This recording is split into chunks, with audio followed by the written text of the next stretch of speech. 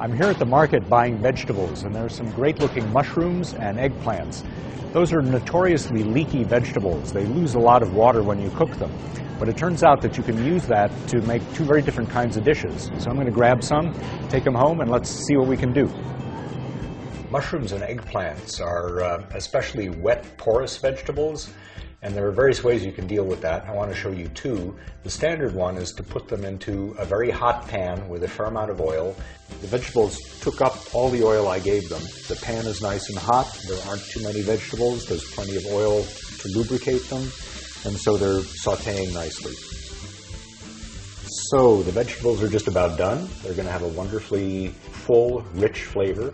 We've cooked these the way most books tell you to cook vegetables like this, not letting them stew in their own juices. Now I'm going to cook these leaky vegetables in a way that most cookbooks tell us not to see what happens.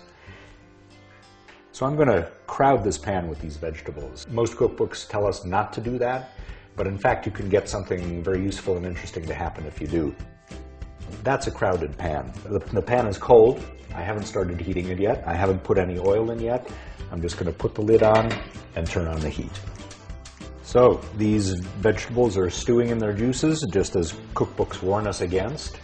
It turns out that's not such a bad thing. And so what I'm going to do now, I'm going to turn the heat up and leave the lid off. Notice how much they've shrunk. They used to be piled up to here, and now they've gone way down. The juices are kind of flavoring them from outside. In a few minutes, I'll add just a little bit of oil, sauté them at the very end, and they'll end up as delicious as these vegetables cooked the old-fashioned way, but with much less oil.